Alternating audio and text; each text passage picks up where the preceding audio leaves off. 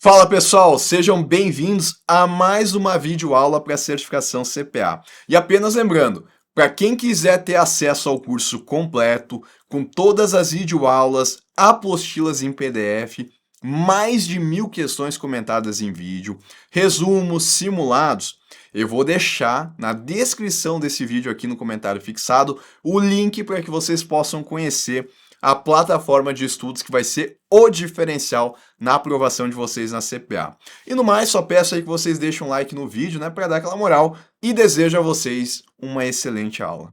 Política fiscal, ela é o conjunto de decisões do governo sobre arrecadação e gastos públicos, com o objetivo de influenciar o nível de atividade econômica, corrigir desigualdades e manter o equilíbrio das contas públicas. Então, quando eu penso em política, eu sempre tenho que associar com medidas do governo.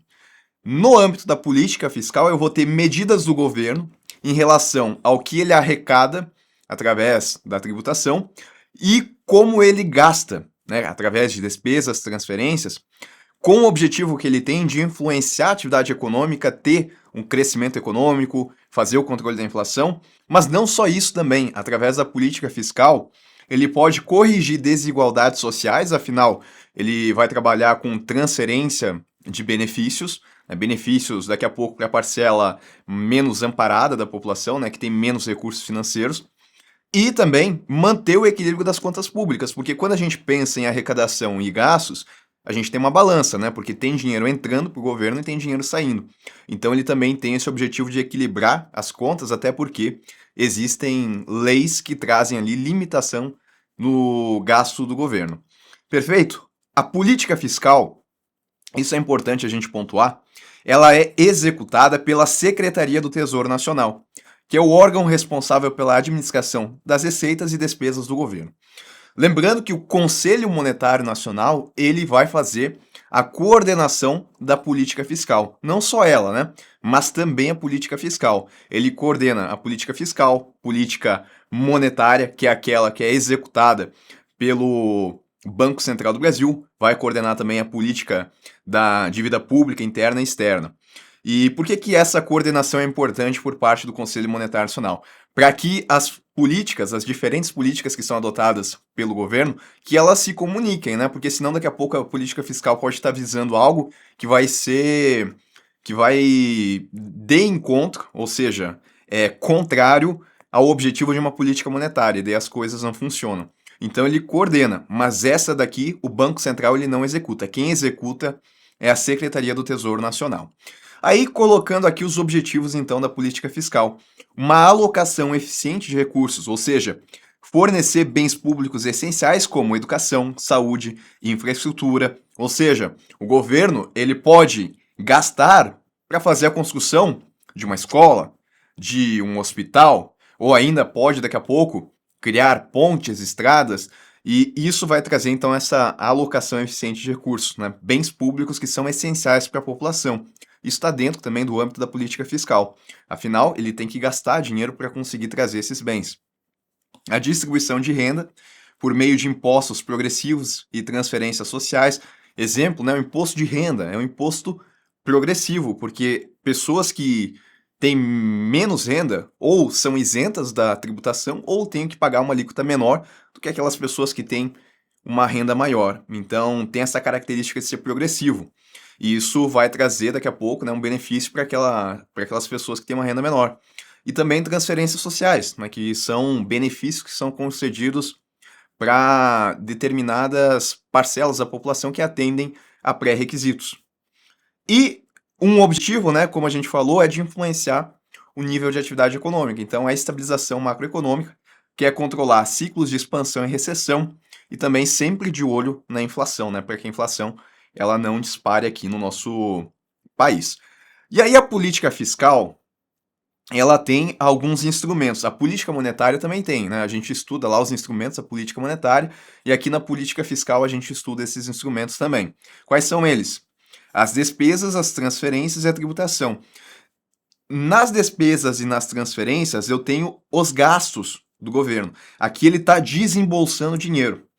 Já na tributação é como ele arrecada dinheiro. Aqui ele ganha dinheiro, né, através da tributação, através de impostos, E do outro lado aqui, nas despesas e transferências, ele vai gastando. Lembrando que tem que ter, né, na medida do possível, tem que ter um equilíbrio ali para que ele não gaste muito, né, não fique muito endividado. Embora a gente saiba que a gente tem dívida pública, né? Bom, em relação às despesas, qual é a diferença dela para as transferências? Porque as duas são gastos. Aqui eu tenho um gasto direto do governo, como bens e serviços públicos, como salários do funcionalismo, infraestrutura, saúde, educação, segurança, defesa e por aí vai. Se o governo for construir um hospital, por exemplo, vai ser um tipo de despesa, porque eu tenho uma contrapartida clara de um bem. Ele gasta 10 milhões para fazer lá uma escola.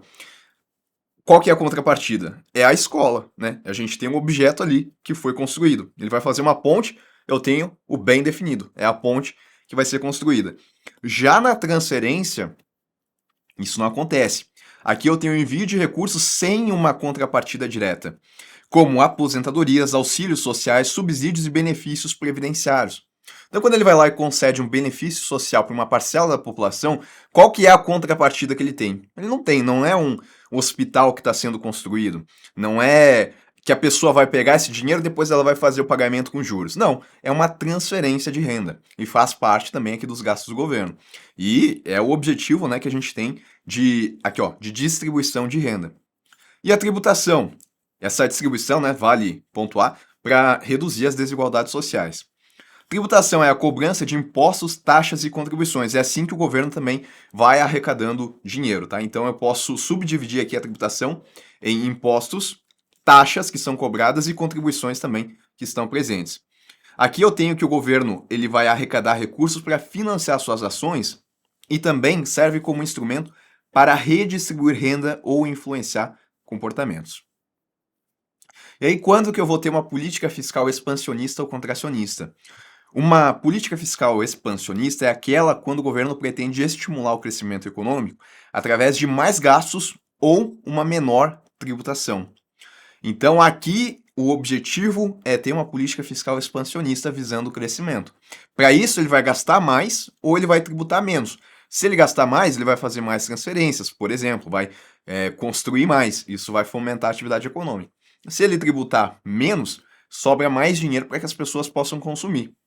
Já uma política fiscal, tem os exemplos aqui, né? Aumento de investimentos públicos em obras, cortes de impostos para famílias e empresas. Do outro lado, eu tenho uma política fiscal contracionista. Se aqui o objetivo era estimular o crescimento econômico, aqui o objetivo é de controle de inflação. E aí, a política aqui ela vai se dar ao contrário, né? Antes eu gastava mais, aqui eu gasto menos, ou eu tributo mais. Tributando mais, sobra menos dinheiro para que as pessoas possam consumir. E a ideia é de que o governo ele vai arrecadar um pouco mais, né? Nem sempre acontece, porque se a tributação está lá em cima também, as pessoas aí elas param de consumir e a gente e o governo não arrecada tanto quanto ele queria. Então, exemplos aqui: cortes no orçamento, congelamento de salários públicos, elevação de tributos sobre o consumo, tá? Agora a gente vai ver uma relação aqui da política fiscal com alguns componentes. Por exemplo, relação da política fiscal com a inflação. O aumento excessivo de gastos públicos eleva a demanda agregada. Lembrando que o aumento excessivo é um exemplo de política fiscal expansionista. Então, se o governo ele gasta muito, isso eleva a demanda agregada, que são as pessoas que estão consumindo, o que pode pressionar os preços, especialmente se a oferta ela não acompanha. Né? Se a gente não tem a produção cada vez maior de bens e, por outro lado, as pessoas estão demandando muito, a gente vai ter um aumento nos preços, né? Ótica da oferta e da demanda. Então, essa relação que a gente tem de fiscal e inflação é que quando o governo ele começa a gastar muito, isso pode elevar a inflação. Por isso que eu disse, né, é um exemplo de política fiscal expansionista, que vai trazer um crescimento econômico por conta desse aumento de consumo, mas pode levar à inflação. Relação da política fiscal e da dívida pública. Quando o governo gasta mais do que ele arrecada, ou seja, ele está gastando mais com despesas e transferências do que ele está arrecadando através da tributação. E não é só essa fonte de receita que o governo tem, tá? Ele tem outras também. Ele pode, por exemplo, vender um ativo que ele tem. Isso também vai ser uma fonte de receita, tá? Mas a gente coloca aqui como instrumento de política fiscal. Então, se ele gasta mais do que ele arrecada, a gente tem uma situação de déficit orçamentário, né? Ele arrecadou 100 bilhões e gastou 130. Tem um déficit aí de 30. Para cobrir isso, esse déficit, essa dívida, ele pode emitir títulos ou pode também contrair empréstimos, né? Mas geralmente ele emite títulos, o que faz parte da dívida mobiliária, e eleva esse estoque da dívida pública. Depois, né, tem a correção pelos juros e tudo mais, ele vai fazendo o pagamento. Relação da política fiscal e dos juros. Se o mercado percebe um risco fiscal, que é quando eu tenho déficits orçamentários que são altos de uma dívida que ela está crescendo, o mercado vai entender que aquele país não é tão confiável, né? Pensando no nosso país, vai entender que o Brasil está se endividando bastante. É mais arriscado colocar dinheiro aqui. E se isso acontecer, os investidores vão começar a exigir juros mais altos para financiar o governo. Isso vai pressionar a taxa Selic, tá? Então, quando eu tenho muitos gastos do governo, vai gerando déficits, né? Se ele não está acompanhando a arrecadação, que vai aumentando a dívida pública. Déficit, eu olho para o período de um ano, né? E aí eu posso ter um déficit, ou posso ter um superávit, ou posso ter uma situação neutra. Se eu vou tendo vários déficits, isso vai formando a dívida, que ela se perpetua ao longo do tempo. Né? A gente podia dizer que ela é uma variável do tipo fluxo, enquanto que o déficit é uma variável do tipo estoque, porque eu olho ele apenas por um período de um ano. Então a dívida vai aumentando, os investidores vão exigir aqui juros que são mais altos. Relação de política fiscal e investimentos. O descontrole fiscal afasta investidores, pois gera incerteza, aumenta juros e reduz espaço para investimento privado. Já uma política fiscal previsível atrai capital. Então, pode parecer assim que fazer uma política fiscal expansionista vai trazer esse crescimento econômico, mas se não for feito com o devido cuidado, pode levar à inflação, pode levar a cenário de incerteza que pode inclusive tirar os investimentos que vão ser feitos aqui no nosso país. Por isso que o governo ele tem que saber como lidar com essa situação. E, como eu falei, né? Quando eu olho para o período de um ano, eu vou ter lá o orçamento do governo e eu vou ter situações onde eu vou ter um déficit, quando ele gasta mais do que ele arrecada, vou ter uma situação neutra, quando ele empata, e vou ter uma situação de superávit, que é quando ele arrecada mais do que ele gasta. Quando eu tenho um déficit, o governo ele tem que achar uma maneira de financiar esse valor aqui que ficou em dívida, né? A gente até falou ali da emissão de títulos. Agora a gente vai aprofundar isso. Então, financiamento do governo. Ao adotar uma política fiscal expansionista ou contracionista, o governo precisa decidir como vai financiar suas despesas públicas. Isso envolve escolher aumentar as receitas, tomar empréstimos ou realocar recursos já existentes. Basicamente, o financiamento da política fiscal ela pode vir de. Então, eu quero financiar uma política fiscal expansionista. Eu posso tributar mais, só que daí tem aquela questão que a gente tem que olhar, né? Que quando eu começo a aumentar muito a tributação, talvez eu não arrecade tanto quanto eu gostaria. Então, tem que ficar de olho. Endividamento público, que é a emissão de títulos da dívida para captar recursos. Isso vai fazer parte da dívida pública mobiliária. E a venda de ativos, concessões, privatizações, royalties, que também são fontes de receita do governo. Ele vende ali, por exemplo, um prédio que ele tinha que estava desocupado. Esse dinheiro vai entrar para o governo. Bom, como esse tema ele é sensível, nessa parte aqui de endividamento, déficits, dívida pública, foi editada uma lei, que é a chamada Lei de Responsabilidade Fiscal, que criou regras claras para o controle das contas públicas. O objetivo da LRF é garantir uma responsabilidade na gestão fiscal e evitar desequilíbrios que gerem inflação, juros altos e crise de confiança. Então ela vai trazer ali limites de até onde o governo pode se endividar, por exemplo, né, para que não aconteça ali situações de um endividamento muito grande, que pode gerar inflação, juros altos e por aí vai. Se o gestor ele descumpre as diretrizes que estão na LRF, ele pode sofrer sanções administrativas, políticas e até criminais. Então não é só a lei que está ali para que as pessoas tenham conhecimento. Ela realmente tem efeitos práticos, né? Se o gestor não cumprir, ele vai sofrer ali as responsabilidades. Quais são os pilares da Lei de Responsabilidade Fiscal?